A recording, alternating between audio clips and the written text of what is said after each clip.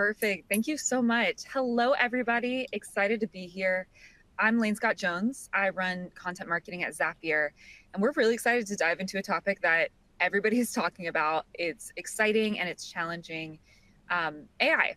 At Zapier, we've been on a journey to make AI a core part of our operations, and we've started to see some really incredible results along the way. But we also know that while there's a lot of buzz, a lot of teams are still figuring out how to implement it in a meaningful way.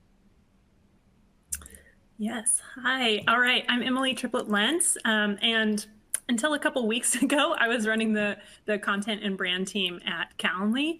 And I'm soon going to be moving into a head of marketing role at Doist. So I'm on a break right now, but here with you today and happy to be here. But today's talk, I'm going to be focusing on what we experimented with while I was at Calendly. And Lane and I are here because we know that a lot of folks are grappling with some of the same questions that we faced on our teams around AI, like, how do we move beyond the basics and how do we get the whole team experimenting with AI? We just had a question in the chat about that.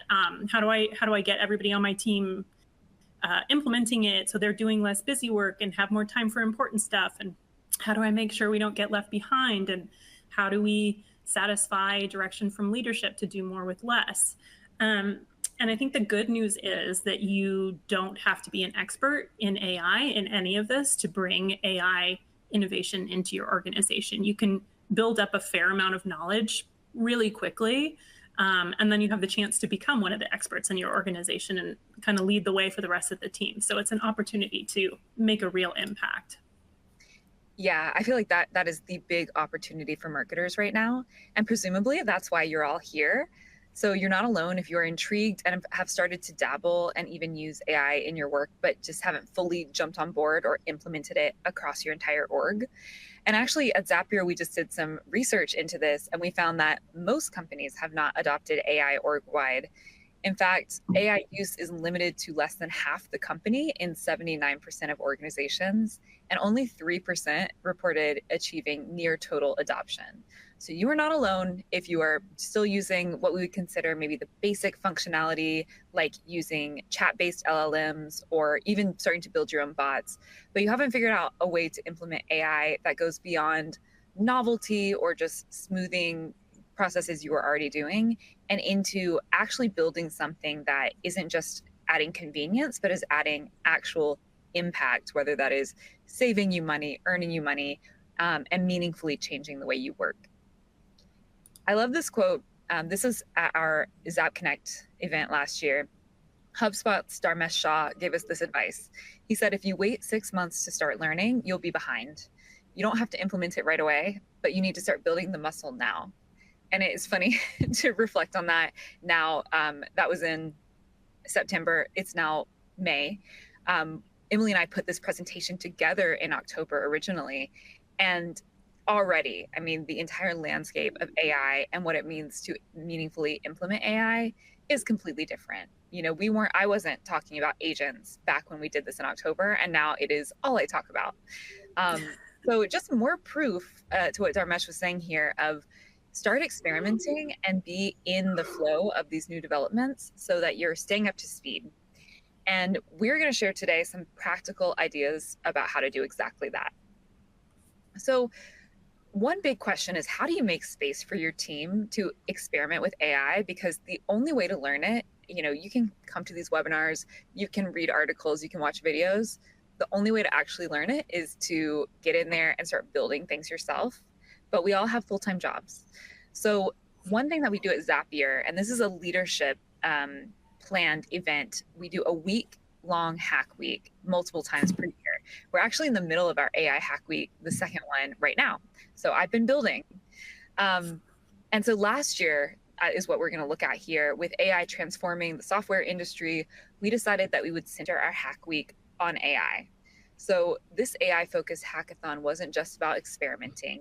It was about making AI real for our teams by implementing AI in our work. So the hack week spanned across a week with teams all across Zapier diving into AI projects. So not just our engineers, but our marketers, into all of our departments. And then to make it fun, we followed it up with a judging and a showcase of the most impactful ideas and use cases. Anybody can participate, including non-technical folks like many of us in content marketing. So you didn't need to know how to code, which is the beauty of AI. You just needed to come with a creative idea about how you might want to implement it. And we can jump to the next slide from there. Yeah, so for content, this meant adopting AI tools and technologies to improve our workflows and starting to look at the big question of where were we spending too much manual time? So things like SEO, content generation, deeper personalization in our messaging, these were all opportunities. And Hack Week let us pause a lot of our core work in order to make space to explore the ways that AI would be able to change the way that we build and scale content. So we didn't know the answers going into it, but this was our week to find out. Yeah, and at Calendly, it happened a little differently. It was much more bottom up than top down, like Lane's describing. So our leadership had been, and I'm talking about, this was in like 2023. Everybody was like encouraged to start exploring AI and figuring it out, but there wasn't a mandate. It wasn't in anyone's OKRs or anything like that. But we knew we need, especially on my team, like we knew we needed to start figuring it out because the old, content marketing playbooks weren't working as well as they had. And we were kind of seeing the writing on the wall and we knew we needed to adapt. So I just decided to create and organize an AI summit just for my team, the content team. And the goal was just to familiarize ourselves with AI, get more comfortable with it, identify, a couple initiatives that we could start implementing right away. And I thought, let's just pause for a week, one of those go slow to go fast moments. So I got the go ahead from the marketing leadership team and I put a hold on everyone's calendar for a week of half-day sessions. And then over the next month, along with my team, I cobbled together this curriculum based on all of these resources that came across my desk. So it was like a mix of podcasts and webinars and articles, and then a bunch of AI tools that I wanted us to test. And I just threw it all in a Google Doc and then set up a shared learnings doc where everyone could log every day what they were learning. And then we also had daily half-hour syncs during that week to discuss those learnings and a dedicated Slack channel for any quick communication throughout the week of the summit. And then at the end of the week, we held one final sync where everyone presented their recommendations on what we should experiment with going forward. So we discussed it all, we kind of voted, we drafted a plan for next steps, and then we presented that to leadership. So the summit wasn't just about, pausing for some learning and development. It was really about getting the team aligned around specific AI initiatives that could have a real tangible impact on our work. Yeah, and now I get to share a few of the things that came out of these intensives. And this is not comprehensive, but just some examples to get your wheels turning. For the Zapier content team, one of the biggest wins from that initial Hack Week was seeing how AI could assist in content creation directly, specifically when it came to requests that we were getting from non-content teams. And I think everybody in this webinar is content or content adjacent. So I can be candid when I say that teams want a lot from us. And how do I put this? Their projects are not always the best use of our time. So what we ended up doing, because we wanted to make sure that while we were helping serve these one-off editing requests from other teams, we also know that our time is better spent on content-driven projects that are aligned with our core metrics. So we created a pretty simple editor bot that was trained on Zapier's voice and tone so that all of our non-writer stakeholders across product marketing, demand generation, email marketing, lifecycle could do a first pass edit on their own copy. So that way, by the time it got to us, it was in much better shape. It took less time, less work from our editors, and freed their time up for higher value projects. So I would consider that to be a 101 and a really good place to start if you don't have it already. This is kind of a level up example, which is a really cool one. So our marketing department runs on customer stories. We would always rather have customers speaking about Zapier than speak about Zapier ourselves. But we don't have the resources to source all the customer stories we need. So this means we're always looking for ways to increase the scale of our impact while also making sure that our one customer advocacy marketer does not work more than 40 hours a week. And Zapier currently has over 2 million businesses that use us, one customer advocacy marketer. But what we do have is a lot of recorded gong calls from our sales team and success teams. So this treasure trove of customer conversations existed. And every day we know that people across Zapier are having interesting conversations with customers, but they are not always thinking about marketing. You know, they don't have their marketing hat on about how we could translate that into an asset. They're thinking of the conversations in terms of their roles, whether it's support or success. So people weren't flagging really cool testimonials that could be used in marketing. What we did is we figured out a way to use AI to track down more potential stories, testimonials, and advocates. And we do this in a few different ways. So we intelligently scrape the phone calls that are happening across sales and success using an AI tool for potential testimonials and use cases. And then once we are able to sort of go through the transcripts of those calls and AI pulls out any potential opportunities, we can automatically get a digest of potential testimonials that are sent right to us in Slack. So using this tool, the one featured here is Laudable, which Zapier actually acquired. We can automatically request permission from the customer to use their quotes within our marketing. So this workflow ended up generating dozens and dozens more customer testimonials that we could use in our marketing and our campaigns with no additional effort for us whatsoever, which is really cool. I think we have gotten this down to such a science that we can turn out a customer story draft in about 30 seconds. Okay, and now for my favorite example. So right after Hack Week last year, I was going to be on vacation in Italy for 2 weeks, eating pasta and gelato and very much not checking Slack, which is a great problem to have. So I decided to train a lane bot on our content strategy and my leadership style. And then I just told my team, hey, defer to her while I'm out. And as a little bonus incentive for them to interact with the lane bot, I was like, if you can get her to approve a promotion, I'll see what I can do when I get back. And on the next slide, I have a couple different examples of what conversations my team had with the lane bot.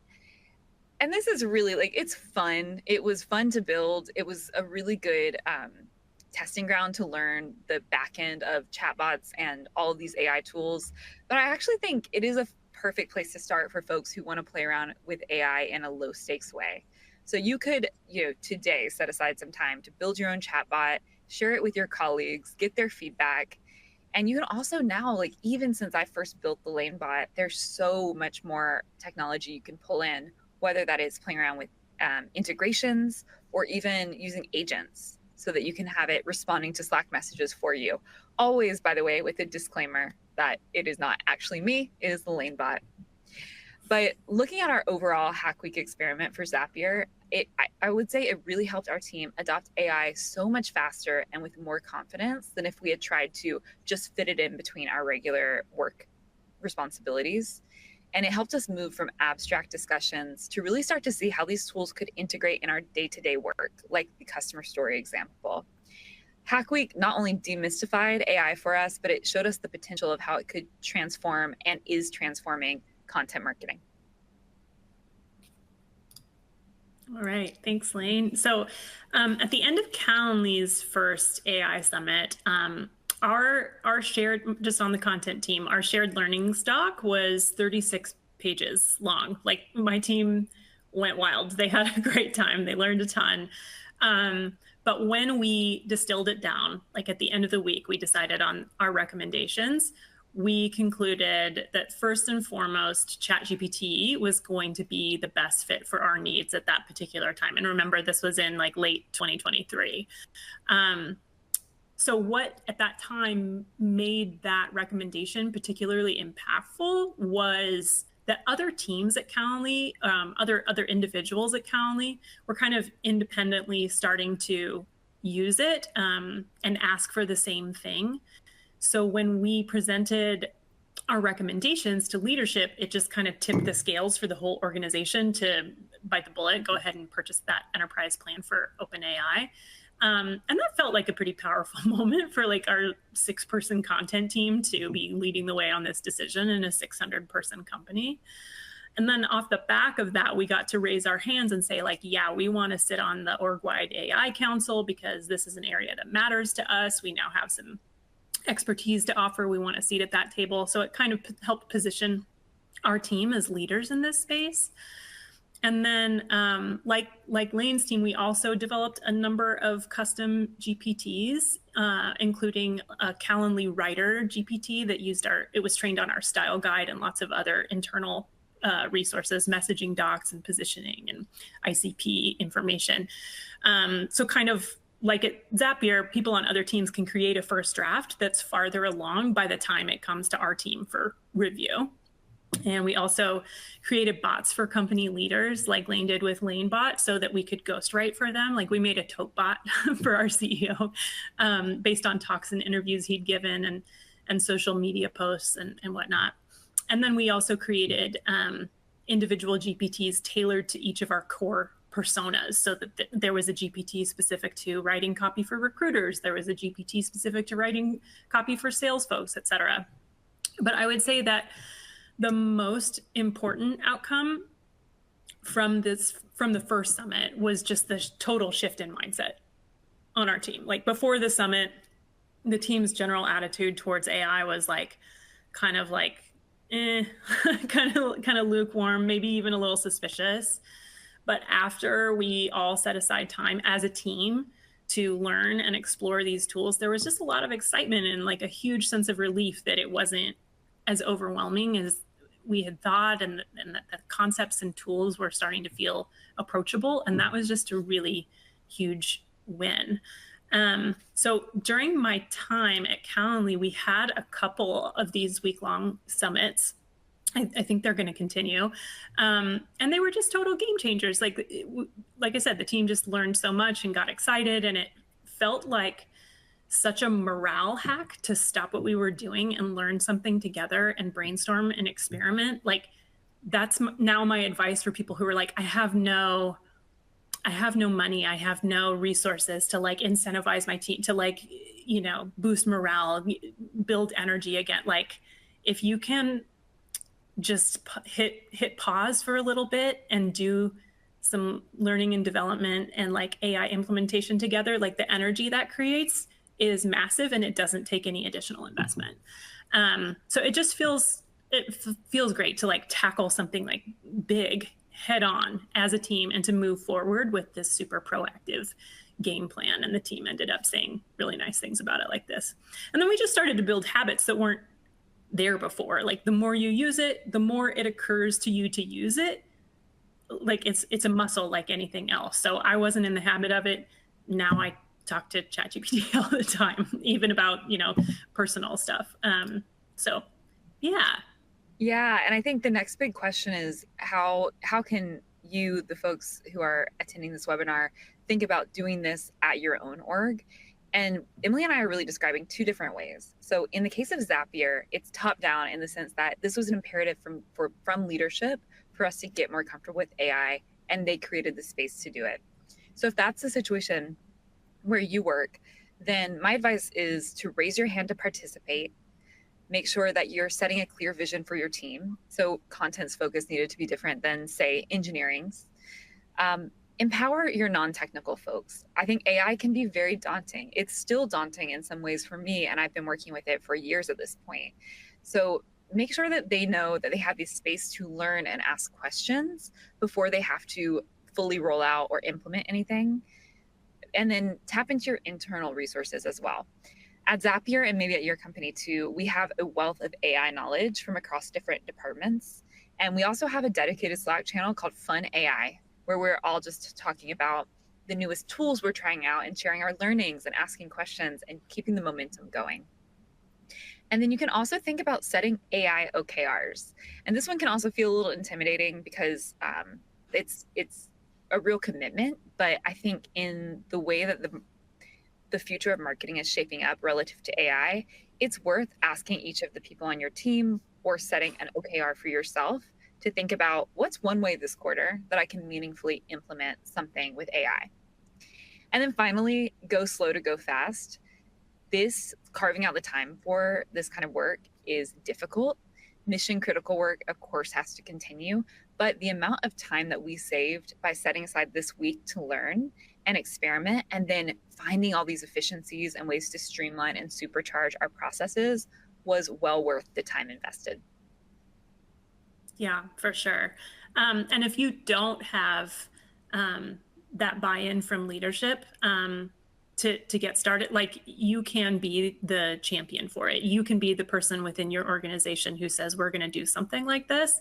You do need to get and acquire that buy-in from leadership. And like Lane said, you can't stop your mission critical work, which was why we did a week of half days. Like, it wasn't an entire hack week and that's all we were doing. We still needed to deliver on our commitments, but we were able to get the go ahead for a week of half days. And that was enough to really move the needle. So yeah, it just takes, you setting the date and putting a curriculum together and scheduling that time together and figuring out what it is that you want to explore yourself and as a team. And then I would say, like, just aim for 2 to 3 recommendations for stuff you're going to implement at the end. Anything more than that probably is not going to get the attention it needs to make any kind of significant impact on the business. And if you are putting your own curriculum together, here are just a few places that I might recommend you start. The Marketing AI Institute is amazing. They've got a podcast, newsletters, the whole Slack community, webinars, in-person events, tons of resources, and you can get started and build your curriculum from there. They have a monthly Getting Started with AI seminar. I think that's still going on, that I would super recommend if you haven't attended that. Maybe even time your summit to attend during one of those Getting Started with AI seminars. It's great. Stuff like this that you're going to today. So you're ahead of the curve there. A lot of companies have company-sponsored learning and development. So comb through that and see what's available to you. Maven has some lightning lessons that are free that you can get going with. Superpath, if you're a member of the Superpath community, they have some great webinars and resources on AI. I just went to a great one about vibe coding last week, or a few weeks ago, and they have a live vibe coding session for Superpath members next week that I'm planning on attending. And then this QR code here is the sample curriculum I built for the very first AI summit we did. It will be wildly out of date. It'll look quaint probably because it was for I think like December 23. So you can use it as kind of a template if you want, and kind of check out the sorts of things that we put together in our curriculum, if that's helpful to you. And then tools, like, make a list of all the tools you want to test. Watch those demos, sign up for free trial. And like Lane said, like, it's important to actually do it. Like, get in there and play around with it and test them yourself. Don't just like passively absorb information. Make things move around yourself and see how these tools work, because that's the best way to learn. There are no shortage of tools to test. This was like just a smattering of the tools my team tested during our first AI summit, but this stuff evolves like lightning fast. Some of these might not even be around anymore, and like new ones come on the market, it feels like every day. So poke around, like, ask your peers what they're experimenting with, build your own list. Everybody who's doing it with you can explore different tools and then kind of come together at the end of the day and talk about what they experimented with. And then keep in mind that, like, the versions of these tools, they're the least sophisticated they'll ever be. They're only going to get smarter and more useful from here. Awesome. Thank you, everybody, so much for your time. And obviously, we're big fans of you just getting there and exploring AI and how it can make a tangible impact on your content marketing efforts and also your own professional development. This is a huge skill that we all need to continuously develop. So the best time to start is right now.